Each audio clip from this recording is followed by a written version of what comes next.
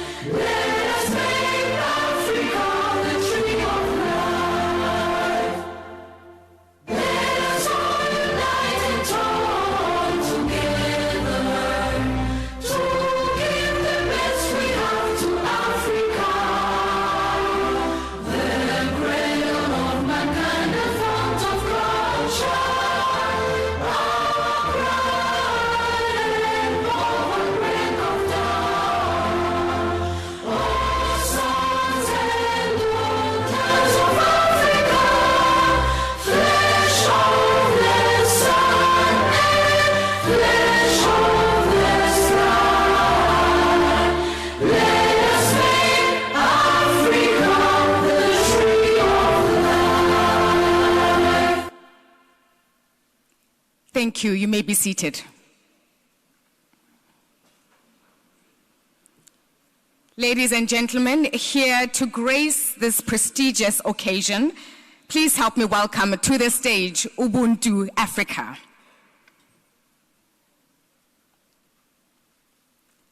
A round of applause as they take to the stage.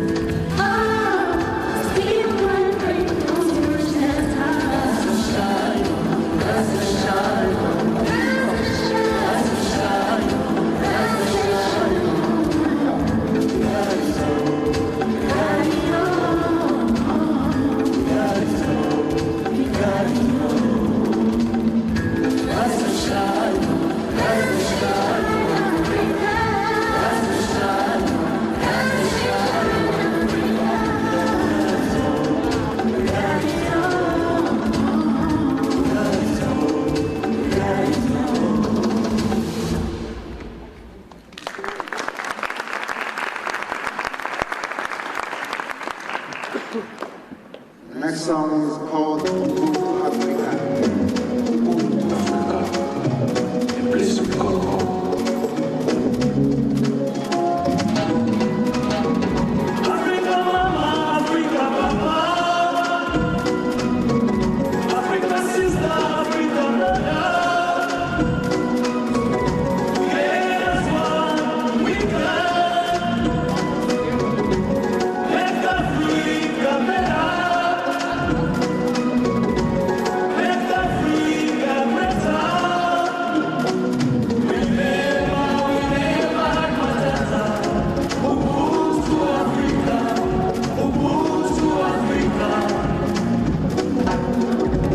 From north to south, west to east, we're from the same father, same mother, same God, created by the image of God.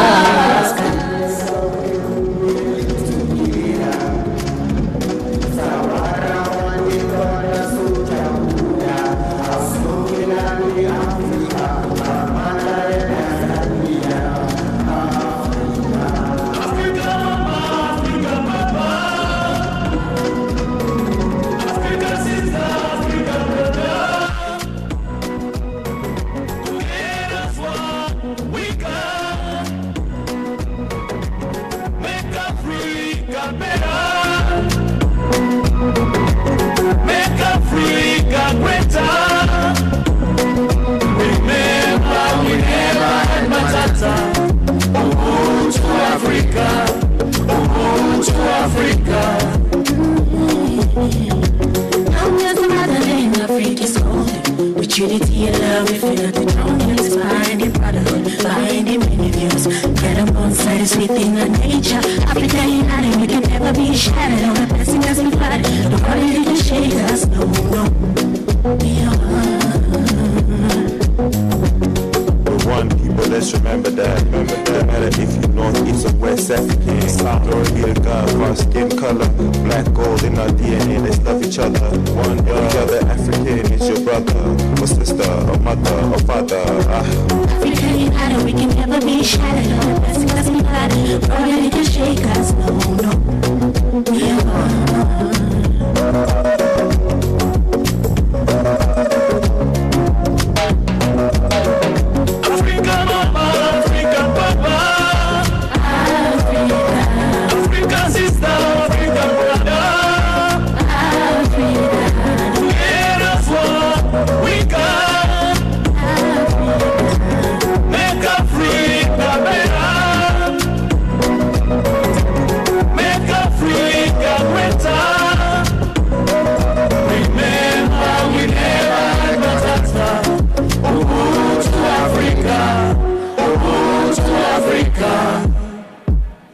Remember, we never had Matata. Ubuntu Africa, Ubuntu Africa. Thank you guys very much.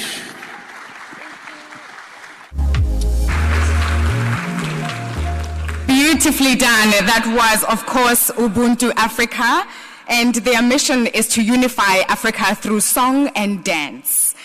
Good morning, distinguished guests. Molweni. It is wonderful to see you again, and I welcome you all to the 18th edition of the Africa Energy Indaba, Day 2. Ladies and gentlemen, this morning we are profoundly honored to have in our presence His Excellency, the President of the Republic of South Africa, President Cyril Matamela Ramaphosa.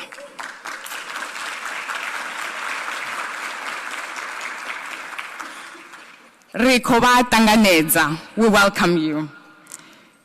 We are also delighted to have the continued presence of our esteemed dignitaries. Please welcome back the Honorable Dr. Kgosientsho Ramokgopa, Minister of Electricity and Energy of South Africa.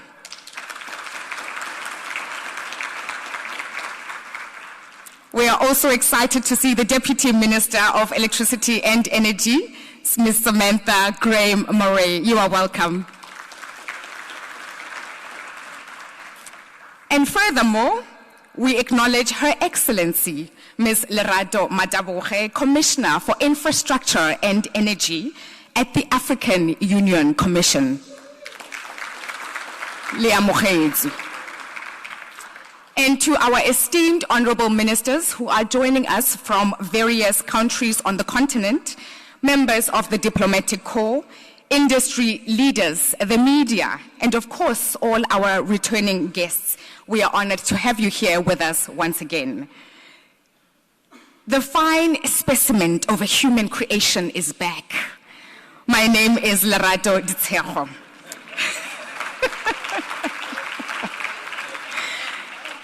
A certified 10 out of 10, the undisputed head girl in charge. I come from a lineage of those who are nestled in the heart of the Limpopo province. Ke bolela Sepedi, ndadobanda amba na Tshivenda.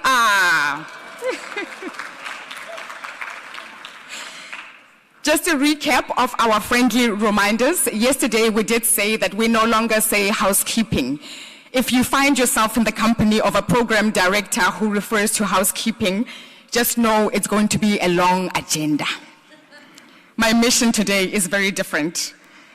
Please remember to keep your mobile devices on silent mode. The restrooms are through the doors to your right. We do have staff that's located throughout the venue to assist with anything that you may need. And of course, we remain deeply, deeply appreciative to all of our valued partners that have made today possible. So we continue with our operational mandate, which is Pathways to Prosperity. Yesterday, we mapped out a clear pathway for Africa's energy future. We tackled the non-negotiables of energy access as it relates to Mission 300. We looked at the infrastructure that is required to support it. We navigated the global trends that are impacting markets, such as decarbonization. We even went into the how to drill down or how to drive down costs through aggregated procurement and identified utility reform as our engine to get us there. Mr. President, we were busy. So busy that this morning we eagerly return with momentum and clarity that was set out yesterday by the Honorable Minister, Dr. Kgosientsho Ramokgopa. His welcome remarks framed our shared purpose for Africa's energy future and highlighted both the urgency and the opportunity that is ahead of us. We will now zoom out to see how we connect all of these efforts across borders. The institution that is central to that continental coordination is, of course, the African Union Commission. Commissioner Lerato Mataboge is a globally recognized authority on trade and investments. During her tenure with South Africa's Department of Trade, Industry and Competition, she held several key leadership roles, including the Deputy Director General and Chief Director for Africa. She has also led the commercial aspects of South Africa's global multilateral engagements in the BRICS, IORA, the G20 and B20, as well as the African Continental Free Trade Agreement negotiations, amongst others that are shaping the continent's position on global economic diplomacy. Bringing diplomatic and infrastructure expertise to our stage, please join me in welcoming Her Excellency, Ms. Lerato Mataboge, Commissioner of the African Union Commission. You are welcome.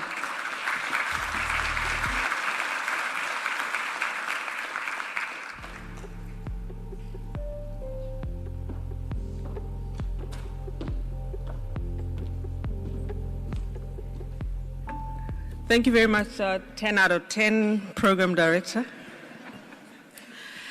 Your Excellency Cyril Ramaphosa, the President of the Republic of South Africa, the Honorable Kgosientsho Ramokgopa, South Africa's Minister of Electricity and Energy, Excellencies, Ambassadors, and Honorable Ministers and Deputy Ministers here present, representatives of regional communities and development finance institutions, captains of industries, friends of Africa, ladies and gentlemen, Dumela. I bring you the warm greetings from the chairperson of the African Union Commission, His Excellency Mahmoud Ali Yusuf. It is a privilege to stand before such an extraordinary gathering of leaders, investors, policymakers, and thinkers who share a common commitment to Africa's future. This gathering enables us to confront the questions of how Africa will meet its energy needs, as well as how we intend to harness energy to shape Africa's industrial destiny. Energy is the foundation upon which modern economies are built. It powers industries, it drives innovation, it supports digital economies, and determines the competitiveness of nations. Without reliable energy, the promise of industrialization remains elusive. Without reliable energy, the aspirations of millions of young Africans cannot be fulfilled. Today, Africa stands at a defining moment in its development journey. On the one hand, the continent faces a profound energy deficit. Africa's total installed generation capacity is approximately 245 gigawatts, which is less than the capacity of some individual developed countries. Electricity consumption per capita across the continent remains below 600 kilowatt hours per year, which is more than 5 times lower than the global average. More than 600 million Africans still live without access to electricity, and over 1 billion people continue to rely on traditional biomass for cooking. These realities represent not only an energy challenge, but a development challenge. The lack of reliable energy constrains economic growth, undermines industrial productivity, and limits Africa's participation in global value chains. In many African countries, infrastructure constraints reduce economic growth by as much as 2% annually and reduce industrial productivity by up to 40%. These figures remind us that energy is not simply another sector of the economy. Energy is the backbone of Africa's transformation. And yet, while Africa faces an energy deficit, it is simultaneously a continent of extraordinary energy abundance. We possess 60% of the world's best solar resources. We hold roughly 12% of technically feasible hydropower potential, with the capacity to add hundreds of gigawatts in renewable electricity to the grid. Africa's geothermal resources stretch along the East African Rift, offering enormous potential for baseload renewable power. The continent's wind corridors, stretching from the Horn of Africa to southern coast, provide additional opportunities for large-scale generation. At the same time, Africa possesses significant reserves of natural gas and oil that can support a just and balanced energy transition. Despite this abundance, only a small fraction of these resources have been harnessed. This is where leadership matters. This is where institutions matter. And this is where the African Union plays a role. Through Agenda 2063, the African Union has placed infrastructure and energy at the center of the continent's development strategy. The vision of Agenda 2063 is clear. Africa must achieve universal access to reliable, affordable, and sustainable energy as a prerequisite for economic transformation, industrialization, and social progress. To translate this vision into action, the African Union has advanced a number of continental flagship initiatives designed to accelerate the development of Africa's energy systems. One of the most ambitious of these initiatives is the African Single Electricity Market.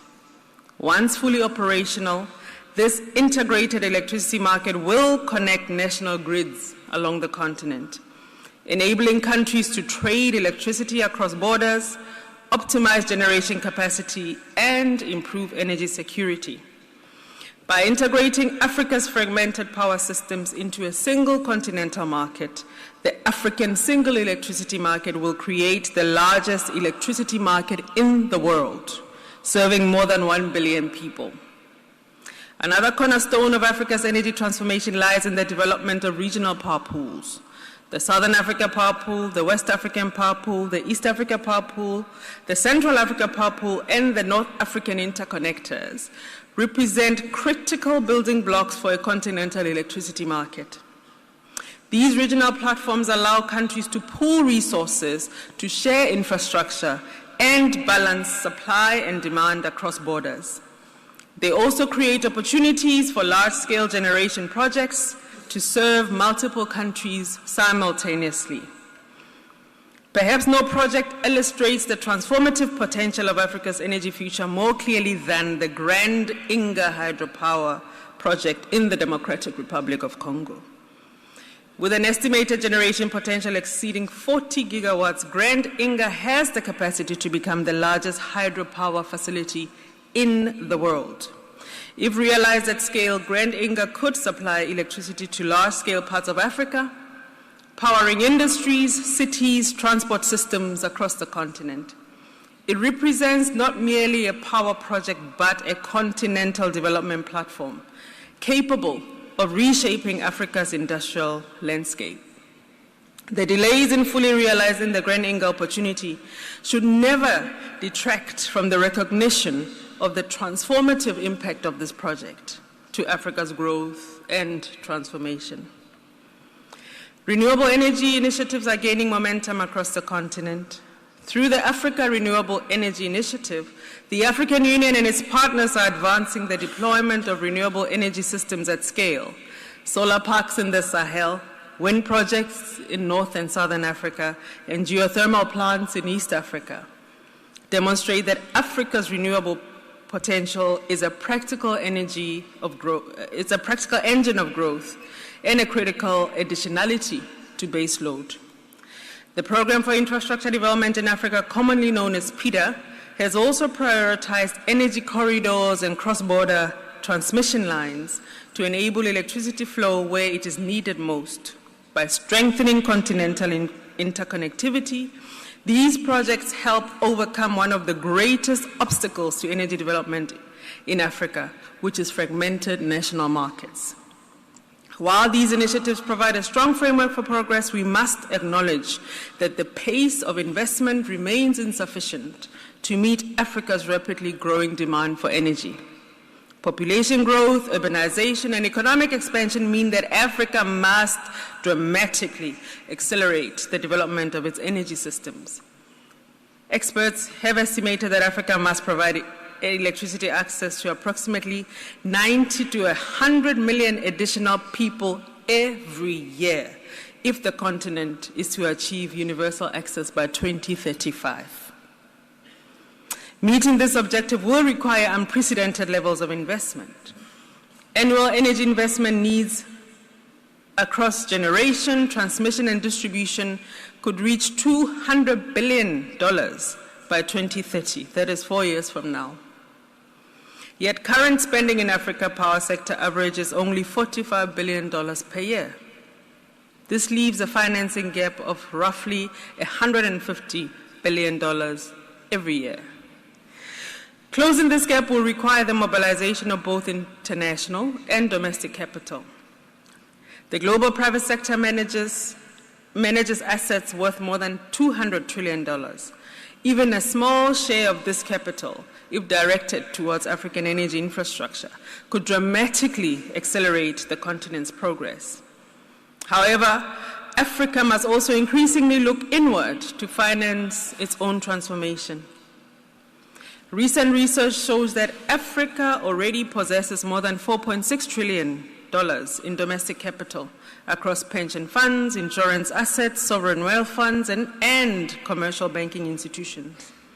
The challenge, therefore, is not the absence of capital. The challenge lies in creating the financial instruments, regulatory frameworks, and project pipelines that can channel this capital into infrastructure and energy investments. This requires stronger financial institutions, deeper capital markets, and innovative financing mechanisms. Excellencies, ladies and gentlemen, Africa's energy transformation must be linked to the continent's broader economic ambitions. Energy is the bridge between Africa's natural resources and its industrial future. As the African Union, we remain optimistic that we will be able to meet our energy challenge, and we recognize that Africa's energy future must be built through cooperation. The African Union remains committed to working with all partners to accelerate our energy transformation.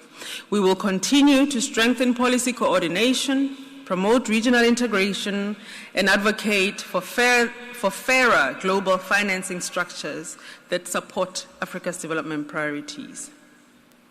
The future of Africa will be powered by Africa, and we will build that future together. Thank you.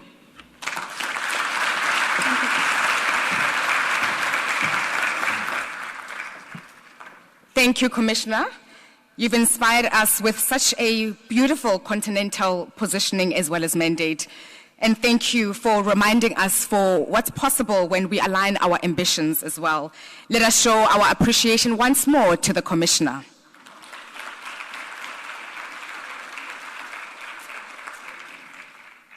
Yesterday, we introduced the Minister whose leadership continues to inspire the work we are doing here. It is now my honor to invite the Honorable Minister of Electricity and Energy of South Africa, Dr. Hosien Suramokgopa, to deliver the welcome address as well as to introduce the presidential address. A round of applause, please.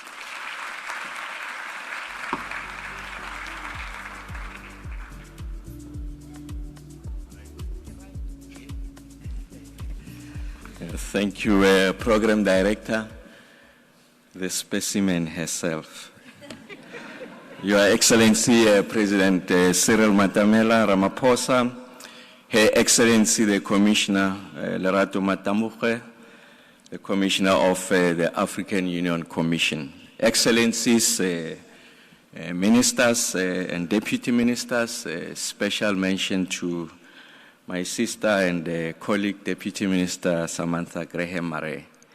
Distinguished delegates, ladies and gentlemen, yesterday we opened this Indaba against the backdrop of a rapidly shifting global energy landscape.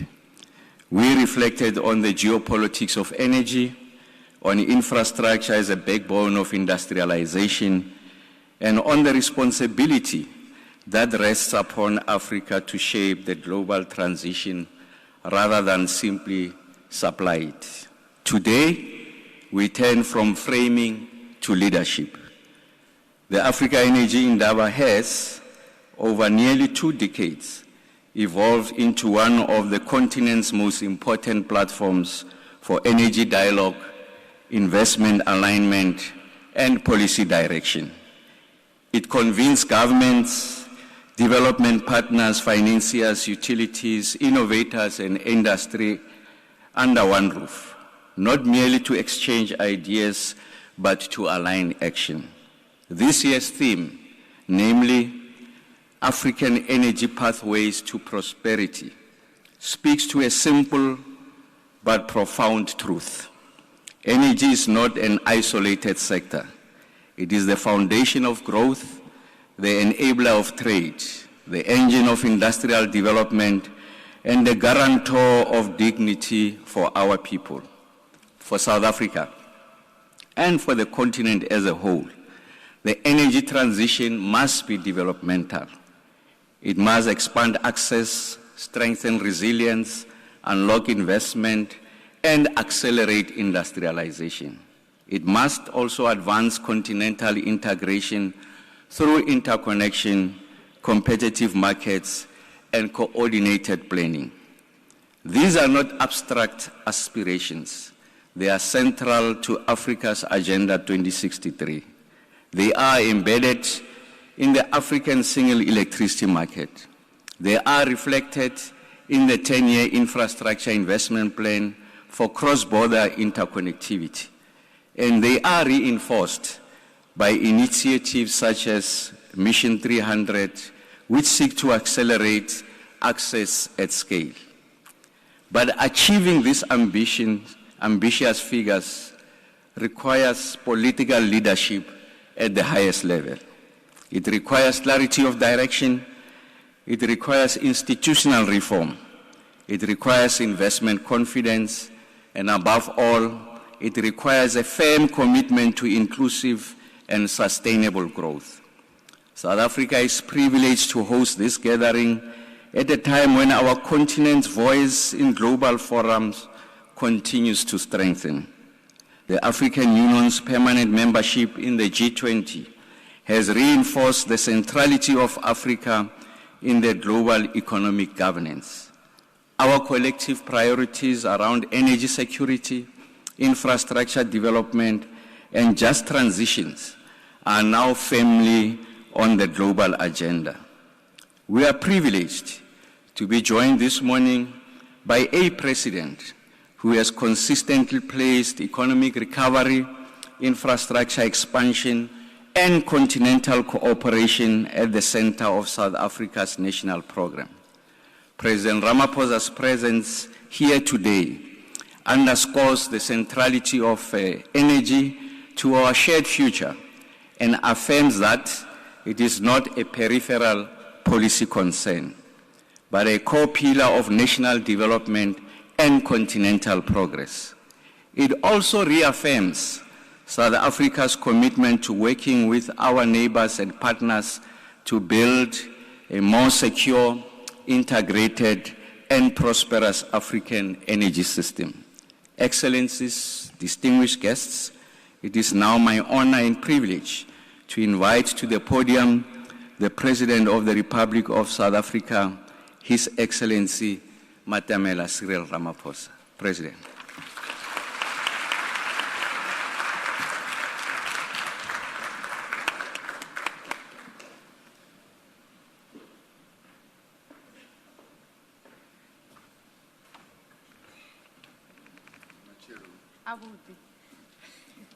Thank you. Let's be seated, please.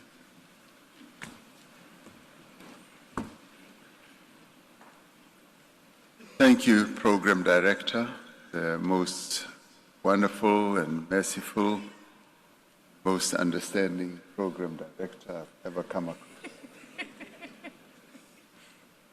Ladies and gentlemen, it's a pleasure to be here, and I would like to thank the Minister of Energy and Electricity for the invitation that he extended to me to participate in this very august occasion once again. Dr.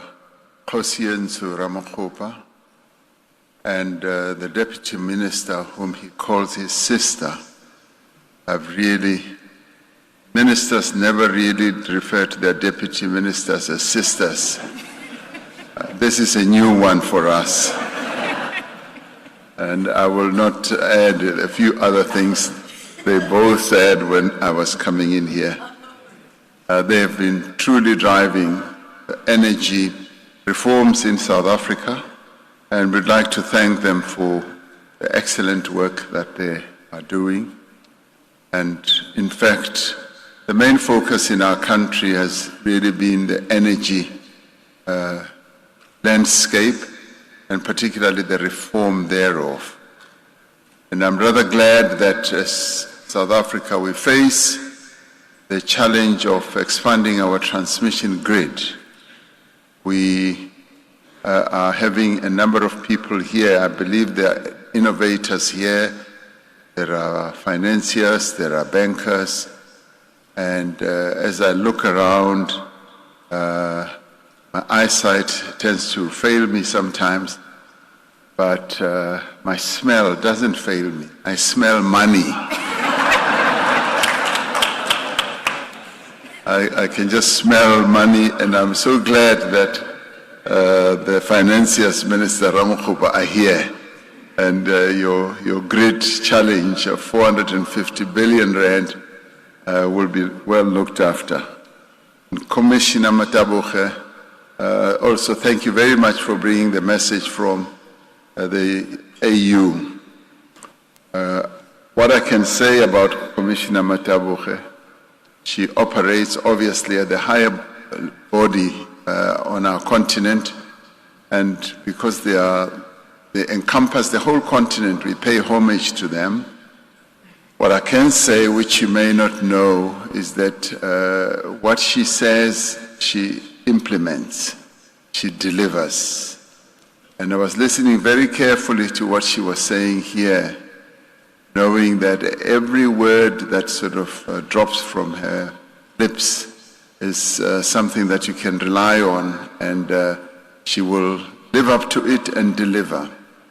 I say so advisedly because when the position of the Commissioner for Infrastructure was open at the AU, she raised her hand and said, Mr. President, I'd like to expand my career horizons and come from trade industry and competition department and go and serve the continent.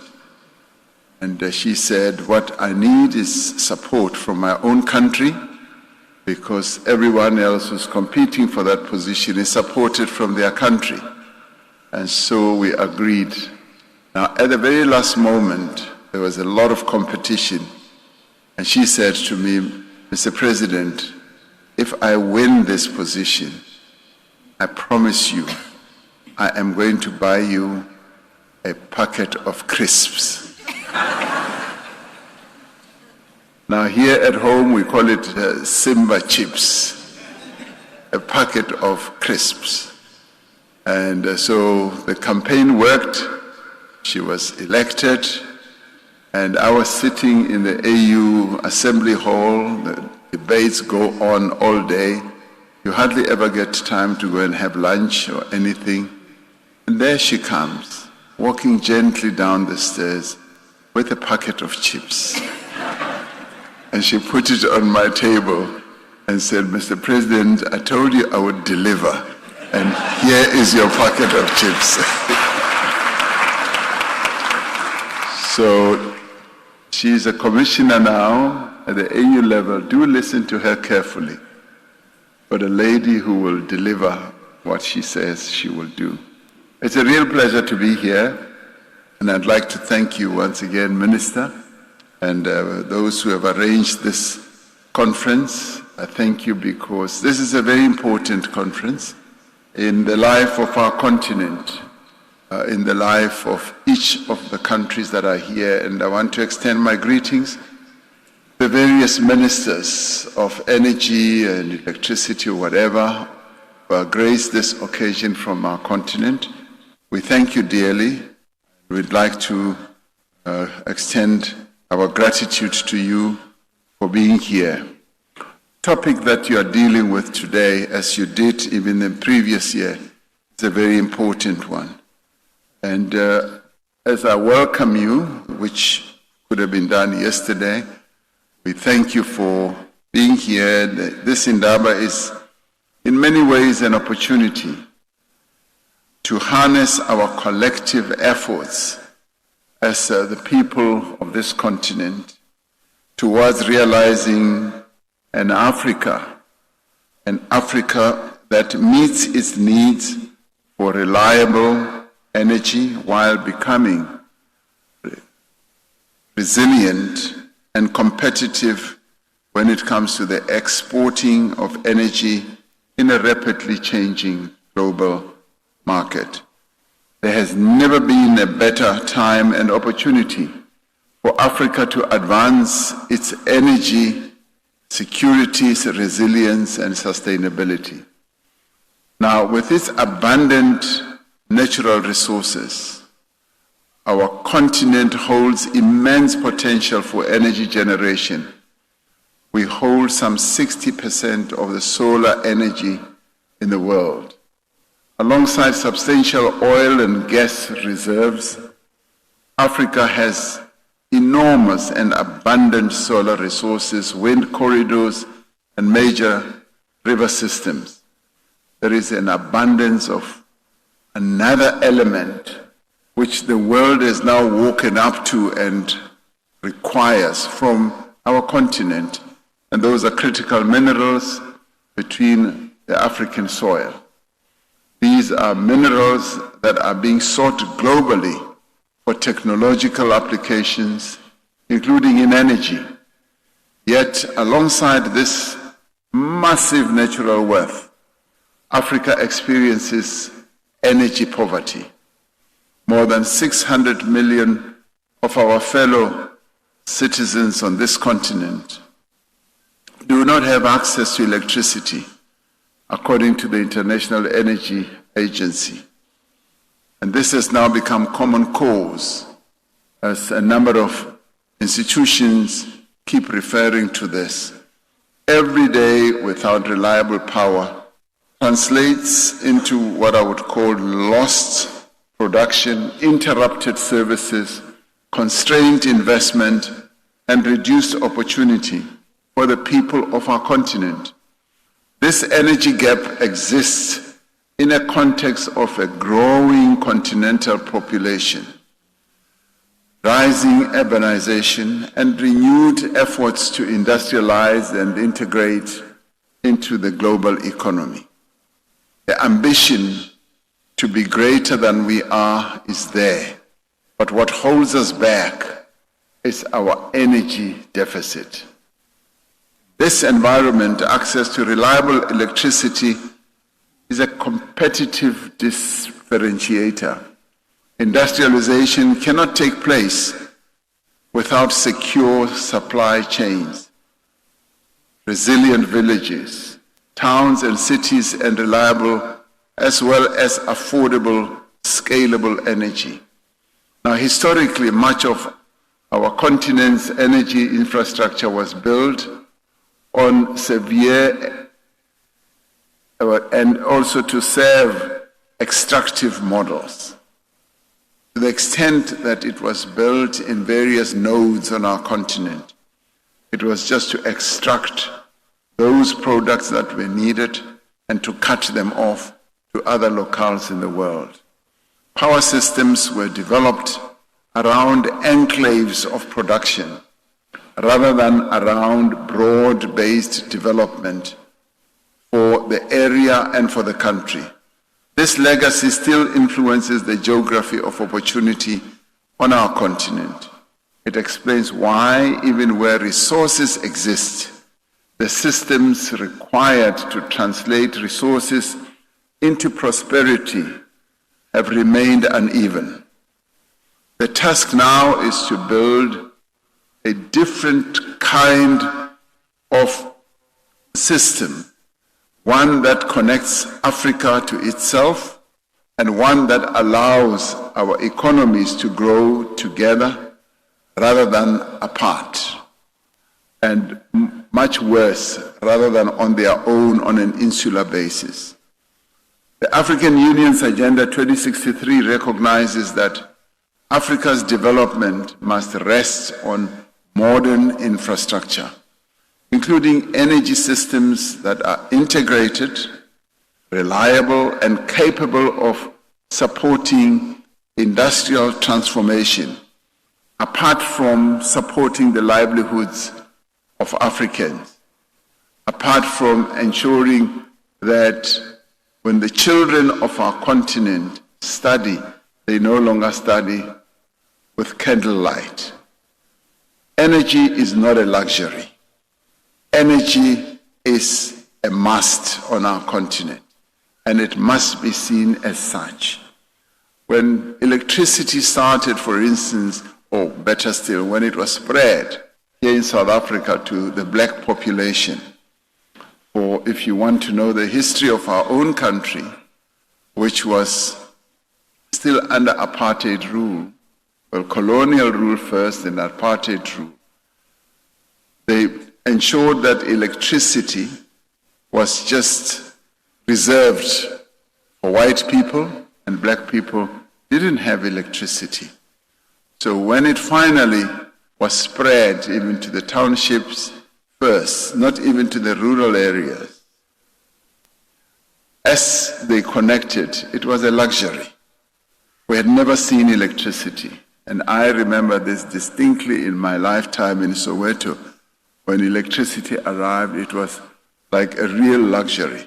But it has stopped being a luxury. It's an absolute necessity in the lives of all South Africans.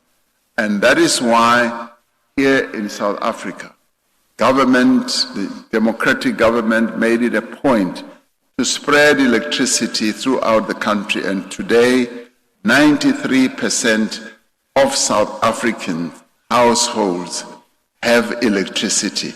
It was a determined policy direction.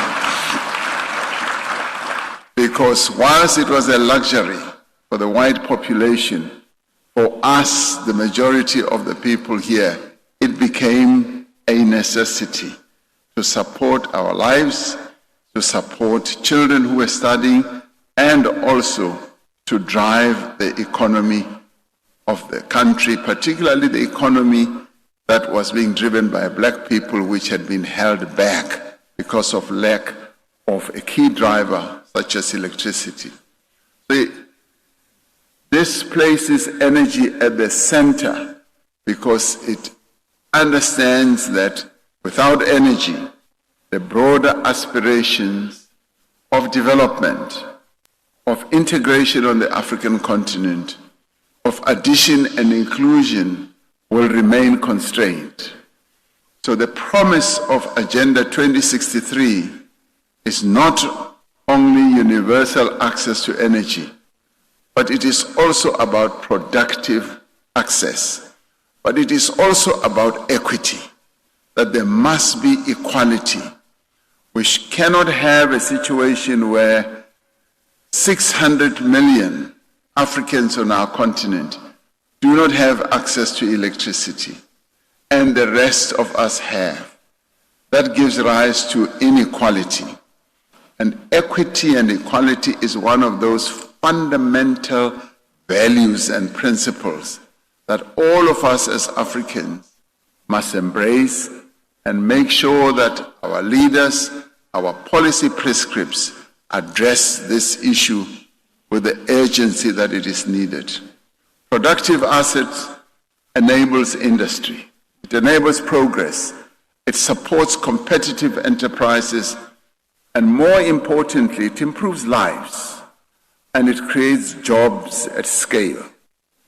Productive access that allows African economies to move beyond the export of raw materials. And I often say, when you say raw materials, in actual fact, it's a euphemism. What we are exporting is rock, stone, dust, and soil. That's what we are carting out. This valuable resource that has been handed down by Providence and by our forebears. We export it in stones, rock, soil, and dust. We now need to move towards creating value out of those wonderful endowments that we've been given. This is access that supports modern public services, strengthens human development and outcomes, and reduces the costs of doing business as well. These outcomes depend on transmission and regional integration that allow power to move and resources to be shared. And it's wonderful to hear my sister saying Africa as our continent would like a fully integrated electricity system where we are able to trade electricity on an interchangeable basis. Across Africa, the logic of integration is already visible in the work of regional power pools and cross-border interconnectors. It's already started happening. We now need to continentalize it.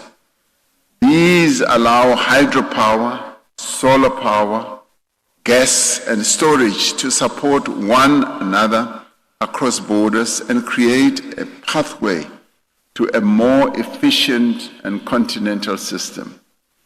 An integrated system allows resources to be used more efficiently and for variable resources to be balanced across the geography of our continent.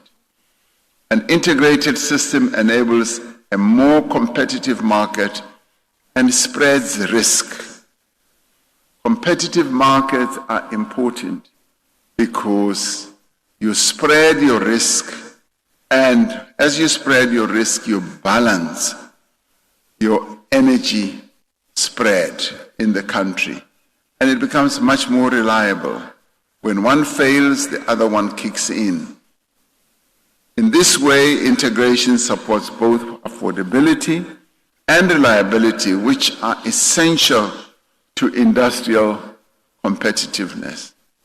Now, the 10-year Africa Energy Infrastructure Investment Plan that was inaugurated under South Africa's G20 presidency is a deliberate effort to move from a fragmented number of initiatives to a coordinated platform that can mobilize investment at scale. And that is why I'm so pleased that there are many people here. The plan recognizes that Africa's energy needs are too large to be met by incremental projects. There needs to be a coherent pipeline of bankable investments supported by credible institutions, and there should be predictable regulation and partnerships. Now, the regulatory framework needs to be so well crafted and calibrated that as investors come to our continent, they should have certainty of what the regulations are going to be. And this integration we're talking about will help to address precisely that. Infrastructure at its scale depends on financial systems that are aligned with the long-term developmental agenda or ambitions of countries. This is because energy assets require large upfront capital, long construction periods, and stable revenue over many years. But they also require policy certainty in the various locales where it will be installed. Public finance cannot fund the full scale of Africa's infrastructure needs on its own, but it can play a catalytic role in project preparation, credit enhancement, and risk reduction. There aren't many countries on our continent who, from their fiscus, would be able to dole out money for big-ticket energy projects. And that is why the private sector, financial entities in the world, DFIs and others, and banks and so on, needs to come in, because they will be investing in an economic asset, not so much as a social asset. Social assets need, or social infrastructure, are the ones that public sector or governments should find ways of funding much easier. It is your capital or your commercial or economic infrastructure assets where money is needed, because they generate their own income. Now, the significance of the 10-year Africa Energy Infrastructure Investment Plan lies in its ability to organize the pipeline of projects in a manner that is credible to financiers and valuable to economies. Now, Minister Ramokgopa, Dr. Ramokgopa, has, even before he came into this position, spent a considerable amount of time working in Infrastructure South Africa, where they were packaging projects together and making projects bankable and working on project preparation. So in him, we have a reservoir of great knowledge, great capability that spans the two areas, where there's project preparation and where there is project completion or execution. Africa's energy agenda must be linked to an industrial agenda. And that's precisely where he is now also operating. where he is also helping industrial entities that require the bridge of moving beyond their ambitions, their challenges, and final execution. Now, when this continent speaks about critical minerals, it must also speak about beneficiation, value addition. When it speaks about renewable resources, it must also speak about local manufacturing capacity, the skills development, and the setting up of industrial clusters. Now, at the G20, and we started the conversation at the G7 when it met in Europe. We carried on with it when we were in Canada as a guest of the Canadian government during the G7. And there we argued that it is important for the countries in the global south, as the countries in the global north require their minerals, that those minerals should no longer be carted out of countries in the global south as stone, dust, and soil. That beneficiation must happen in the area where those are extracted. It was accepted. And then we solidified that position at the G20 here, in Johannesburg. It was broadly accepted. And we were rather pleased that the envelope that we had started to push much earlier on our African continent, we were at the G20 here in South Africa able to have it accepted. It is now globally accepted that when there is extraction of minerals, beneficiation or value add must now happen at the locale where they are extracted, so that the communities must benefit. It was not an easy argument to push, just as the issue of vaccines was also difficult during COVID. You may recall that during COVID, it was the countries in the global north who had developed the vaccines, save for China. They had developed their own vaccines, and when us in the global south needed them, they were in short supply. And we finally decided that we now needed to manufacture our own vaccines. And we went together with India, South Africa and India went to the WTO to go and argue the case that we need to be given the IP, even if it was for a set period, to be able to appropriate the IP that they had to develop our own vaccines and have them manufactured in our own countries. The resistance was unbelievable. Unbelievable resistance. The case continues. However, concessions were made, and we finally got agreement that yes, we should be able to develop and manufacture our own vaccines in the global south. That process has now started, and now Africa now has a number of centers where we are now developing vaccines. That is progress that we want to see, make sure that we are integrated into the world economy. And one of the key drivers in this was that we did not want Africa to be left behind.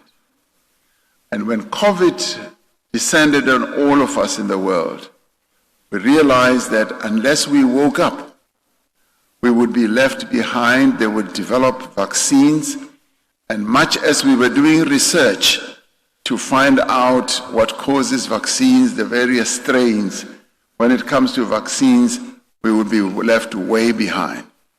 And I said, I don't want us to be an arm and a leg behind. If we are behind, it must just be an elbow, just one elbow behind, and catch up with them. And now we are catching up with them. because Africa can no longer be left behind. We cannot be a stepchild any longer in all these developments.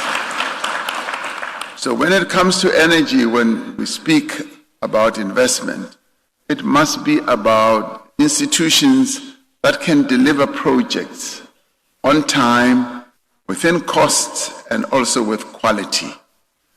Now, for the energy transition in Africa to be just and inclusive, it must support development and enable industrial growth. And we insist on a just energy transition because the colonial and the apartheid electricity infrastructure was constructed in such a way that unless we made it just, it would leave those who are living in a particular area completely impoverished and ignored.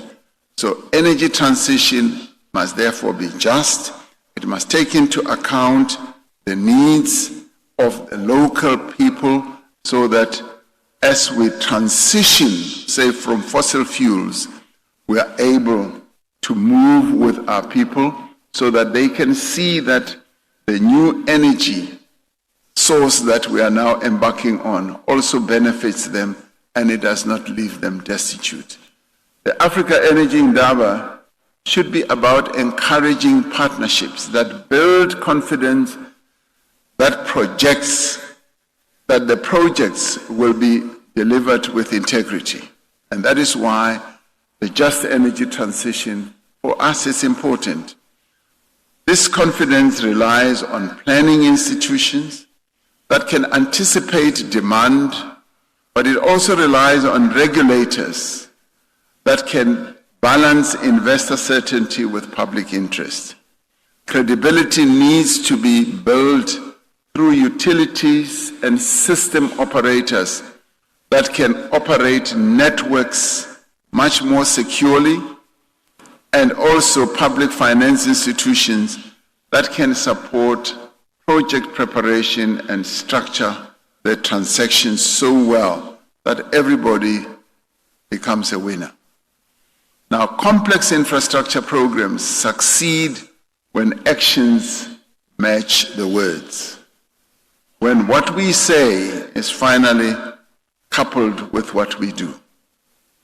As I said, promise that was made that if you make me succeed to be a commissioner at the AU level, I will give you a packet of crisps.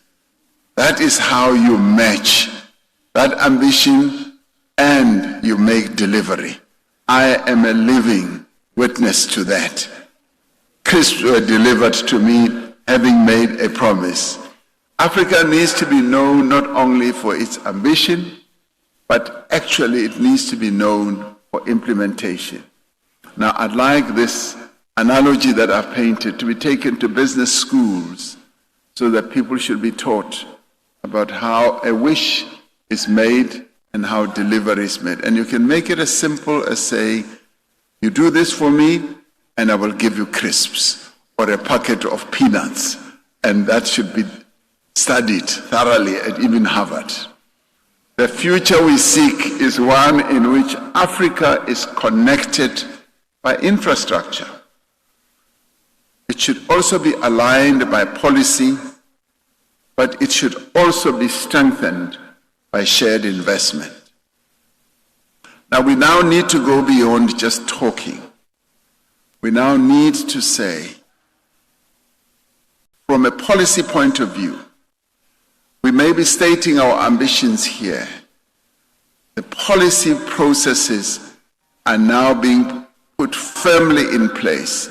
They are being solidified. We are getting better and better at policy, and we now want implementation. In such a future, energy becomes a bridge between regions. It becomes a platform for industrial corridors and a foundation for prosperity. Now, this event is taking place at a time of heightened volatility in the global energy markets. Africa is already experiencing the impact of escalating conflict in the Middle East, with strains on supply chains and higher energy prices. Now we are going to be a victim of conflicts that are taking place far away from where we are. As we have seen with Russia-Ukraine conflict and during the COVID-19 pandemic, shifting geopolitical sands underscore the vulnerabilities of import-dependent economies across our continent. Now, these vulnerabilities sharpen the case for regional and continental energy security and diversification. This is when we need to wake up, as we have had to all wake up in the light of what was announced during Liberation Day, when tariffs were applied across many countries in the world. What did that do? It woke us all up, and we realized that we now need to diversify our market space. And that is what South Africa is doing right now. We are broadening our market space as a result of the tariff onslaught that has been unleashed on us. So similarly, what is now unfolding in the Middle East when it comes to energy sources, we now need to wake up and say, Africa, wake up and be more reliant. As such, this Indaba is timely and strategic. It is an opportunity to position our continent in a rapidly changing geopolitical context. Africa has what it needs to succeed. It has the resources, it has people, it has growing institutions, and the institutional capacity of our continent keeps on growing, expanding, and the cooperation levels are also broadening. The remaining task is to match this potential with sustained implementation, to translate plans into projects, and to turn projects into reliable power that supports industry, jobs, and that brings dignity to the people of our continent. The present moment, therefore, calls for unity of effort. It calls for partnerships that recognize that Africa's growth is not a risk to be managed, but an opportunity to be realized. It calls for a shift from potential to delivery, from promise to construction. I am confident that this Indaba will help strengthen cooperation, but it will also serve to accelerate investment and contribute to the building of energy systems that are worthy of Africa's promise. A promise of a future where in the end, the current 1.4 billion people who live on this continent will have energy on an accelerated basis. As my sister was saying, 90 million every year or whatever. But I think Initiative 300 is precisely what will help a great deal. By 2030, and an additional 300 by then, although the population will be growing. And we're looking at a population that will go to 2.4 billion in no time. And that is the challenge, and that is the opportunity that we have.